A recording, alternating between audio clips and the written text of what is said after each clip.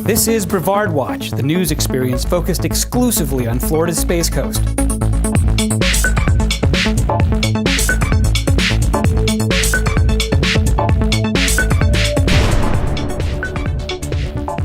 I'm Matt Reed. My thanks to Community Credit Union for sponsoring today's program. My guest in the studio today is Greg Pallone, reporter and anchor for Spectrum News 13. Greg, thanks for joining us today. Oh, thanks for having me, Matt. You've had your eyes on Brevard County for a long time, and it's great to have your perspective with us. One of the things that's near and dear to our hearts here are students, obviously, at BPS TV. You covered student walkouts recently related to the Parkland shooting. Tell us what you saw.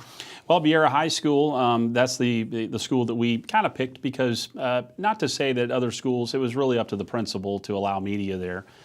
We were allowed at Vieira High School. They gathered on the practice field. It was probably about 800 students or so who decided to go out there and have their voices heard. It was a short but kind of solemn thing, talking about the students in Parkland, what happened. But they definitely wanted to make sure, at least from what our perspective, that their voices were heard in this, and they are indeed the people who are going to be, running the country at some point. So I think they use this as a platform, and it was well attended and well received. There were no problems.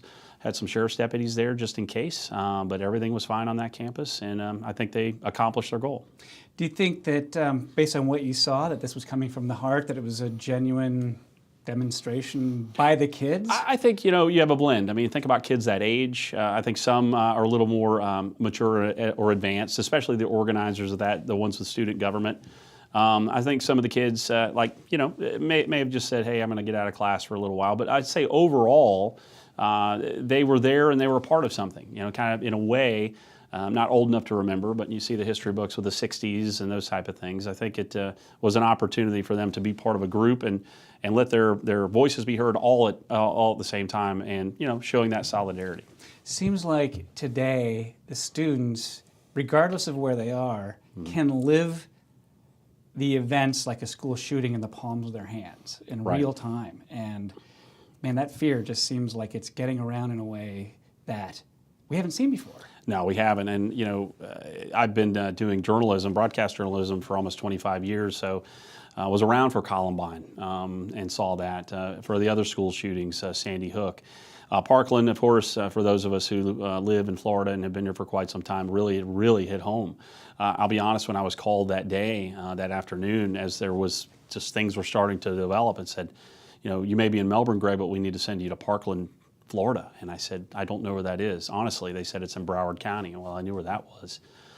So we drove down there immediately, and we were around everything as it was happening, just happened. And then, of course, the vigils and everything for the next couple of days. So it was a very surreal experience to be around that and to see kids who are so young being affected by this with their friends, this happening to their friends, literally in a place where they go every day and make those friendships. And then knowing that you have to go back to that eventually, I don't know if I could have handled that when I was a kid. Just thinking back, if that had happened at my school or a friend's school or whatever it may be. So these are very, very different times, especially for kids. How long were you in Parkland? We were there for about 3 days. 2.5 days. We got there in the evening. We were doing live reports. We were just trying to gather more information. The governor showed up. Of course, he was there within hours, just a few hours of it happening.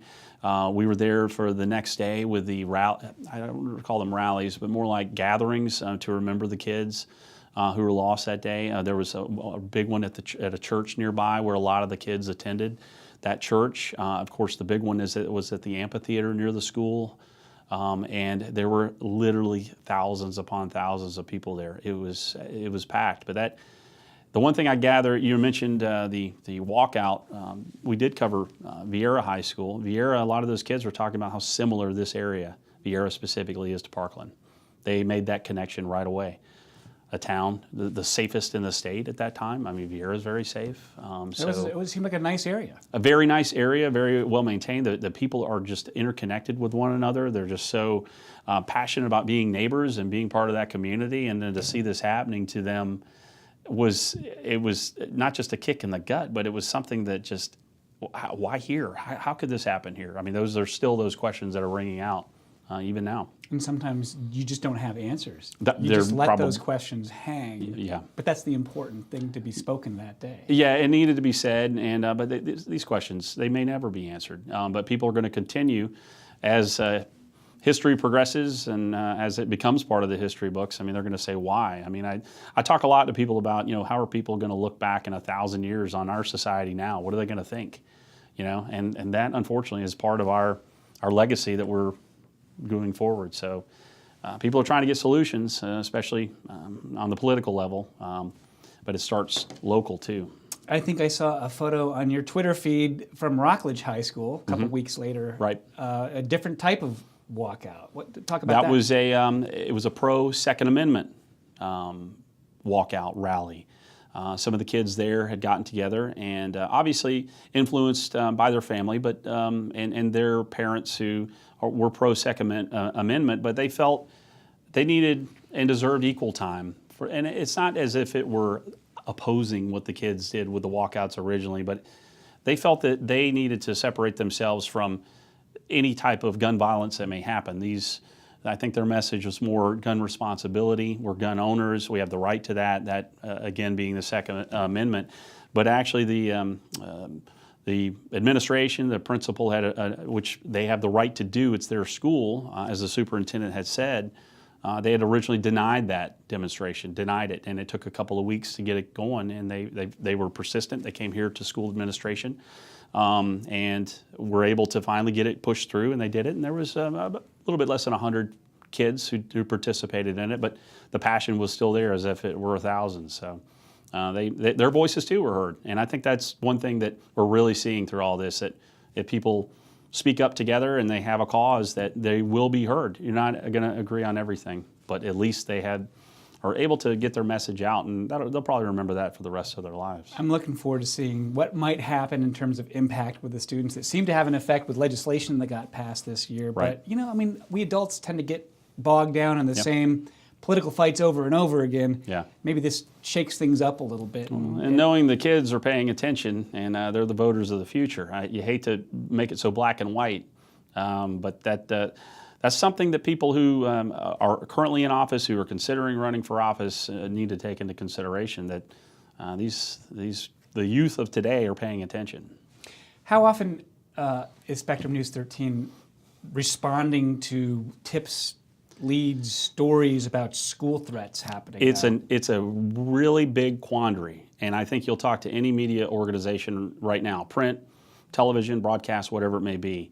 The fact that we're having to legitimize these things, but we have to make sure our policy right now is, if there's an arrest made, we can't just go and talk about every threat. I compare it to many times, unfortunately, in what we do, we hear about people, perhaps in a public way, committing suicide. We don't report on suicides unless it's a different thing. We take it on a case by case, because we don't want to give people the platform to perhaps go out with all this coverage. We don't want repeat things, but we're seeing that on social media, unfortunately, with these threats. We're seeing it each and every day. People are reaching, they literally are one click away from us right now with the way Facebook is. We get messages all the time about these. There was one just the other day, but everyone thought it was Cocoa High. Well, it turned out it was a school in New Mexico. So Clovis High School. Clovis High School. See, so that right there, parents are scared. They're scared to send their kids to school no matter where they live right now. That didn't used to be like that. I mean, there were many more Mayberries out there, and they're not. They're not now, whether it's a bigger school system, a smaller school district. And it's really tough for us. I mean, we have to literally every day take it on a case-by-case basis to see if it's something we have to check with authorities. I mean, that's the main thing. We're not the authority. The authorities investigating are. Is this legit? Is this something we need to get out there? Is this something that will hinder your investigation if we start spreading the word about this? If they have someone in mind that they are on to charge them. And as you've seen, many, many more students nowadays are being charged with these crimes. They're calling them crimes. I mean, These are juveniles being charged with these crimes. And the police are trying to send a message. They're trying to say, you can't just do this. The days of pulling fire alarms, that's not even close to the realm it is now. But be careful in doing that. Right. It's a cost of investigation. We had something at Titusville High. You and I were there for that. So there's just different things that you have to weigh in. And unfortunately, you've got children, kids who haven't gotten that maturity level yet. All of us played pranks, but these pranks today, they're coming with bigger consequences just because of where we're in this time period. So just because of the recent history. Yeah, very much so. Well, when we come back, we're going to talk space launches and space flight with Space Coast reporter Greg Pallone. At Community Credit Union, we are always looking for ways, big and small, to make your life better. Manage your accounts online, anytime, anywhere, with eBranch Online and mobile services. Use your mobile device to check your balance, make a deposit, pay bills, apply for a loan, and more. It doesn't get any more convenient than this. Search for the CCU mobile app on your device and download it for free. At CCU, bringing you better options matters. Find out more by visiting ccuflorida.org. This is Brevard Watch. I'm Matt Reed. My thanks to Community Credit Union for sponsoring today's program. Joining me in the studio today is Spectrum News 13 reporter and anchor Greg Pallone. Greg, let's talk about what seems to be an exciting resurgence in Brevard County of spaceflight. I mean, there have been lots of rocket launches over the last few years, but something seems to be different today. What is it? I am thrilled to talk about this. This is very exciting for me. Just to kind of set it up, I remember back around 2010, 2011, when the shuttle program, they said it was going to retire, they weren't going to fly anymore. I had friends from, I grew up in Georgia, I had friends from Georgia, I had friends across the country, all this other stuff. They'd either call or text or whatever. And they said, Greg, what, you going to have a job? I mean, NASA's shutting down. I said, NASA's not shutting down. Thank goodness they're not shutting down. They're just having to move to a different era. They having to move to a different program. The shuttle program, 30 years of incredible science, building the space station, all those incredible launches. We had a couple of unfortunate things happen with space flight, and our people going up there on our own. And as we've seen over the last few years, with the program shutting down, about 9,000 employees losing their jobs, this area being affected. By that, people having to move away because there weren't the jobs. Now it's changed. Now things are different, and it's all about commercial space. And it's really incredible to think about this and the way it's progressed so quickly, too. I mean, SpaceX really just got their bearings back in 2008, 2009. Now we're here about 10 years later. They're not just launching their rockets, but they're landing a booster back on the land. They're coming back. I mean, and it's just an incredible sight to behold. I mean, the very first one I saw, we were on the top of the Exploration Tower at the port and on the observation deck, and we were reporting live, and I had never seen anything like that before in my life. It looked like a UFO coming back when that booster, boom, and then lights up in the sky at night and comes down and lands, and it looks fake. What is that? You're thinking Steven Spielberg must be running the show or something. I mean, the science fiction becoming science fact, just incredible. And the thing about it too, with many of us have said for a long, long time that if you're a private business, you're in it to make money, to be profitable, Sure. to do well. So you're going to hire people who will do the best for you, and you're going to be as lean as you can so you can do that profit margin. Well, they've hired a bunch of people, all these companies, SpaceX, Blue Origin, United Launch Alliance continues to launch rockets out here, and we're just seeing all of these different companies come in. Not in a not so friendly competition. It's tough competition. Yeah, it's they're not, they don't have swords out or anything, but they're definitely trying to corner the market for themselves and to get that piece of the pie, because NASA has embraced commercial space. They're saying, hey, Blue Origin, or hey, SpaceX, ULA, you take our astronauts to the space station and stay in low Earth orbit, and then we're going to explore the universe. And that's what NASA, I think, is all about. NASA is about exploring, and they weren't really about building these big, giant, beautiful space shuttles and just going and delivering cargo up, to low Earth orbit. Their mission is to explore, and it's just an incredible time to be here. I mean, if you think about it, here in the next, probably even this year, we're going to see our people go back up to space on our own from American soil, not the Russians, not Right. launching on Been a little while. It's been quite some time, and I mean, you think 7 years, it seems like an eternity since our people were flying from here, from the Space Coast. So it's an exciting time, and I can't wait. I'm already giddy about it. I think the giddy level is going to go to record levels here in the next couple of years when we get people flying again, our own astronauts, our own people going up there. It's going to be like the days of old, and the old timers are talking about it back in the 60s, and it's going to be like the Apollo days again. I hope. But on a grander scale, because there's more people involved, not just the government. The thing that I two things, the images that stand out in my mind about the SpaceX launches and landing. The most recent one was the twin boosters landing side by side, which was so unreal to see. Yep. It was almost like watching one of those simulations. And secondly, the thing that I really like, though, is watching the people in the SpaceX control rooms Yes. going wild Yes. at the engineering accomplishments, hugging each Yep. other and hooting. That is, I mean, that's bringing some life back to things. But is it fair just to talk about SpaceX? No. Because it seems like this Right. kind of fresh thinking and vigor is what Boeing is all about now. Yeah. What ULA is trying to get on board with. I mean, the competition is tough, but you're seeing some pretty new flying machines come Yeah. along with like the Starliner capsule. True. You know, what do you know about that? Well, it's interesting you say people getting excited in the control room. Look back at old film from the NASA days when we landed on the moon. What did all those guys do? What did all those guys who were relatively young, maybe some of them in their 20s, The guys with the skinny black ties and the skinny horn black rimmed glasses. tie, and yeah, maybe a pocket protector. I mean, you see, they can't believe this happened. They Yeah. absolutely, they're like, we did it. Yeah. We did it. We all pulled it off together. I mean, it was a team effort. And so you're seeing the same thing in high def now in the Hawthorne, California SpaceX control room when all these young engineers are pulling stuff off that just a few years ago people are saying, I'm laughing at you. This will never happen. But to see that it is happening, it's getting the other guys going, you know what, we need to ramp things up. And I think that most people will agree, at least with the American model, that competition is good because it keeps you on your toes, keeps you looking more toward innovative things. And I mean, that's what's going on with all this. And just the fact, I mean, since I moved to Florida, I've become an avid recycler. I am absolutely obsessed with recycling, and that recycle bin is full each time Monday rolls around, to my wife's, I guess, arguments sometimes. Why are you doing this? Because I want to save the earth. I want to save Mother Earth. I want to help out. And they're doing this. They're reusing things. Isn't that what space is all about? I mean, Right. space travel, you have to reuse. You got to cut down costs. You know, we look at Star Trek of the future. You know, they came up with different ways. But just to be able to do that and to reuse part of something instead of just letting it That fall out. costs hundreds of millions of dollars. They save that much money on these launches, so that reduces the cost. Is it still about the almighty dollar? Is it still about the buck? Yes. But is it really, really cool? Yes, it's really cool. And just on a selfish, shameless plug, Spectrum News 13, and for that matter, Spectrum Bay News 9 in Tampa, really our whole Spectrum network, they embrace our space coverage. They absolutely embrace it. We cover every rocket launch live.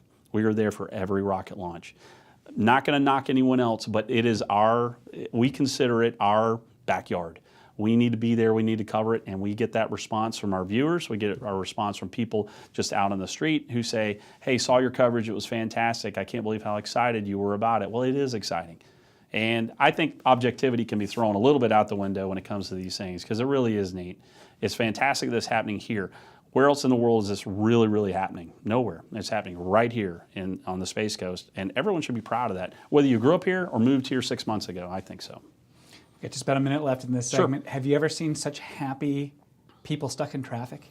Well, happy may not be the word. I think that was just a couple of weeks ago. You hate to keep calling it routine, but we're having these rocket launches. This was a rocket launch. Yeah, it was spring break here in Brevard. The students were out, and a lot of tourists were around for their kids' spring break. But this was a satellite launching on a rocket. This wasn't the booster wasn't even coming back. Maybe people didn't know that at the time. But there were thousands of people trying to get up here and watch. The Kennedy Space Center Visitor Complex went to capacity. They could not have any more patrons come in to watch. People were stuck in traffic. It literally looked like the shuttle days. It looked like the end of the shuttle days. And we're seeing these crowds and these people coming out here, and what are they doing? They're spending money. They're staying in hotels. They're going to eating at the restaurant. It's great for the local economy. I think they'll figure out the traffic situation, I hope, because it's very finite up there near the Space Center and Cape Canaveral Air Force Station. But just to see all the interest, I mean, you see the license plates that are from all over the place, United States, Canada, you know, all these people, these international visitors who may be deciding to go see the mouse, but then coming here and watching a rocket launch. Bring them here. You know, if you build it, they will come. It's an incredible time for this area. Well, when we come back, Hurricane Irma and Washington gridlock. Hey, maybe one's a solution for the other. At Community Credit Union, we are always looking for ways, big and small, to make your life better. Manage your accounts online, anytime, anywhere, with eBranch Online and mobile services. Use your mobile device to check your balance, make a deposit, pay bills, apply for a loan, and more. It doesn't get any more convenient than this. Search for the CCU mobile app on your device and download it for free. At CCU, bringing you better options matters. Find out more by visiting ccuflorida.org.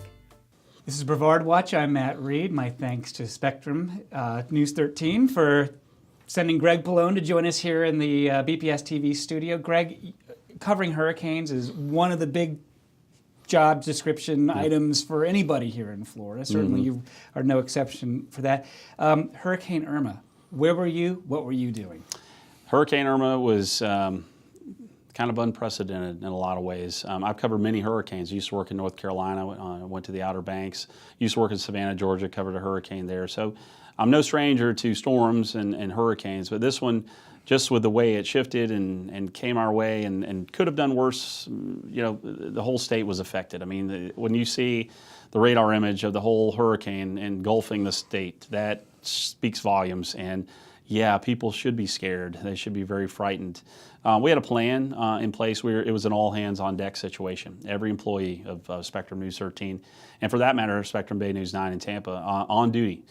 You could be in the finance office. You could be doing something else. You're on duty. We had to be. We had to be there for our viewers. Our meteorologists were there, full throttle, absolutely full throttle all the way through it. We were out in the field. The one thing that our managers told us, though, be safe. It's not worth risking anything, your health, your life, to get this done, but we do need to get information out there. So be safe while you're doing it. So I appreciate them looking out for us in that respect. Did we take a few chances here and there? Yeah, you kind of have to, but you do it in a safe manner. You want to make sure that people see just how the magnitude. You're not, in my opinion, I'm not looking for ratings, but I'm looking to show people that they need to be careful, and if they're told to evacuate, evacuate. Hurricane Irma, we were on 12-hour shifts, and that's thrown out the window. I mean, you have to work. You've got to be there. You've got to do what's necessary. And when the day the storm was hitting, we were supposed to start 2 o'clock in the afternoon. Well, that got bumped up a few hours because the storm just started coming our way a little bit more. We had a tornado in Palm Bay that had come through, and it destroyed some homes in a mobile home park off of US 1, and also some homes, ripped the roof off a house right on the Indian River. So my coworker and I, the photographer, we went out there and we covered that. We were there. The police were there. Power was out. Power lines were down. It was a dangerous situation. We made sure we abided by them. But we were able to talk to the residents who had gone through it. We showed the extent of the damage, and that was just the beginning. Because by then, that's when the rain bands were coming in, and you became where you're going to get wet. That's it. That's just part of it. But we were safe about it. We were responsible about it, and our meteorologists just did an incredible job of letting people know how the storm was changing minute by minute. And that's the good thing about being a 24-hour platform. I mean, people turn to us for these kind of things. I mean, we're weather on the ones, and they know that they can turn to us, and if there's bad weather, that we're going to be there, and we're going to be talking about it, and they can be prepared and do what they need to do. So Irma was just, we're still dealing with the effect. We're still dealing with the effects of Hurricane Matthew, even 2 years later. So hurricanes are not, they're not anything to be taken lightly. And that was quite the experience. We actually had some coworkers stay at our house because all the hotels were booked up. So I thank my wife for that, for taking care of everybody, getting them some meals and some dry blankets and different things. So, but you kind of have that sense that's what a lot of people are doing, you know, when they're going through this kind of thing, power out, all kinds of stuff. So it's a surreal experience looking back on it, and then just still talking about it to this day, the damage that was caused really for the entire state. And just knowing that Floridians, you got to be vigilant when these things are coming your way. Be ready, be prepared, get your hurricane kit, make sure you get your medicine, make sure you take care of your pets, all that other stuff. And it's nothing to fool with, because these are dangerous things. But Irma will be talked about for a long, long time. Sometimes you hear people complain that, you know, TV news, oh, they're hyping up the hurricane. They're just trying to make people afraid to get ratings. I mean, how do you respond to that? Well, I'm sure you've heard that. We've heard it, seen it. And that's not our cup of tea where we work. You would literally hear on the air as our meteorologists were doing their weather coverage, talking about it coming through the storms. Folks, we're not trying to scare you. We're not trying to scare you. We're trying to inform you. That to me is a very proud moment, because it'd be real easy to scare someone and just trying to get the rating stick to spike up a little bit. That's not responsible journalism at all, in my opinion, and I don't condone that at all. I don't think it's about headlines, especially when it's a life or death situation. And if there's any media outlet that does that or has done that, then they need to be ashamed. And I think the FCC needs to kind of maybe take a look at that too. This, again, is a life or death situation. It's not a time to try to get ratings. It's a time to inform your viewers and the people around that there is an impending, dangerous situation happening. And if someone's trying to go and get a pat on the back for scaring a poor lady who's at home and has no place to go, then that's wrong. Changing the subject a little bit, Spectrum News 13 has been sponsoring and organizing a series of town hall type events on various subjects. One of them, I know recently you were involved with, was on Washington gridlock. Why are you doing this, and what have you learned? Well, I think it's really a very good service that Spectrum is doing by having these town halls, because it gives people a chance to actually talk to the people face to face, whether in this case it was a couple of legislators who came down both on the Democratic side and the Republican side, who actually agreed on many things about the gridlock in Washington and how to at least approach it and potentially solve some of the problems. But I think it's a really good chance, you know, for people to look at someone directly in the eye and attend this, and if they can't attend it, see it televised, and know that these people are in a live situation. There's no editing, and it's not soundbite time. It's a chance for them to truly hear them face to face and respond to what they say. And then if they agree with it, they agree with it. But then they can maybe take them to task if they don't agree. So I think these forums are really invaluable. I think it's a really good chance for people, especially people who are involved in it, but also to bring people who may not know much about it, of the topic, and just have an opportunity to talk to the people who, you know, kind of are in control in a way, who have been elected. They have been elected by the people literally in the audience, and say, hey, I don't think you're doing this right, or I think you are doing this right, but how about this? It's just an opportunity for that face-to-face, one-on-one kind of situation. And you have another one coming up soon on another topic? We do. Transportation. As you well know, in Central Florida, boy, there can be gridlock when it comes to transportation, especially in the Orlando area with the I-4 corridor. And so it's an opportunity for people to come out and ask those questions, see, you know, where the plans are going to be for decades to come, how the growth is going to be responsible, because there's only so much way you can go. But at the same time, I mean, what does it mean? More cars on the roads, more ways to go, less cars on the roads, more public transportation. What are the solutions? What are some of the questions? And what are some of the paths that, you know, the people who are in charge, what paths are they going to take to try to solve these problems? Because traffic in Central Florida it's horrendous. It's horrendous. It's bad here at times here in Brevard County. So it's a chance for people to come and to ask specific questions of the people who are in charge.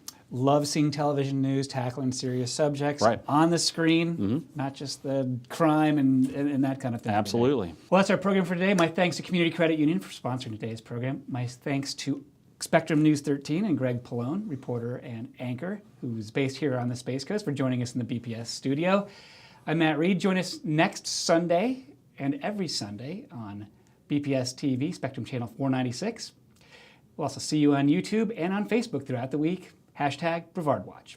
At Community Credit Union, we are always looking for ways, big and small, to make your life better. Manage your accounts online, anytime, anywhere, with eBranch Online and mobile services. Use your mobile device to check your balance, make a deposit, pay bills, apply for a loan, and more. It doesn't get any more convenient than this. Search for the CCU mobile app on your device and download it for free. At CCU, bringing you better options matters. Find out more by visiting ccuflorida.org.